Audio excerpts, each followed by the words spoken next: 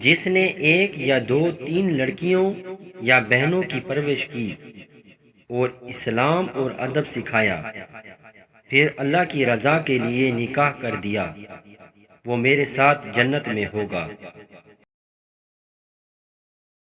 اگر تو چاہتا ہے کہ تیری عمر زیادہ اور مال میں برکت ہو تو خدا سے ڈر اور قربت داروں پر سلوک و احسان کر۔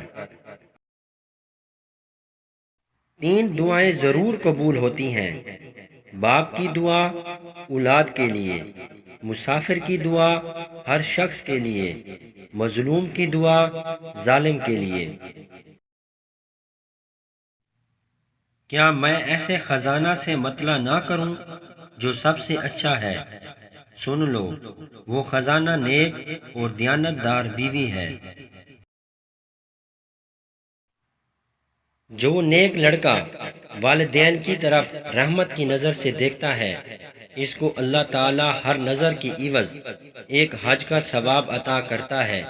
صحابہ رضی اللہ تعالی عنہ نے عرض کی، اگرچہ 100 بار دیکھے؟ فرمایا، ہاں، اللہ بڑی قدرت والا ہے۔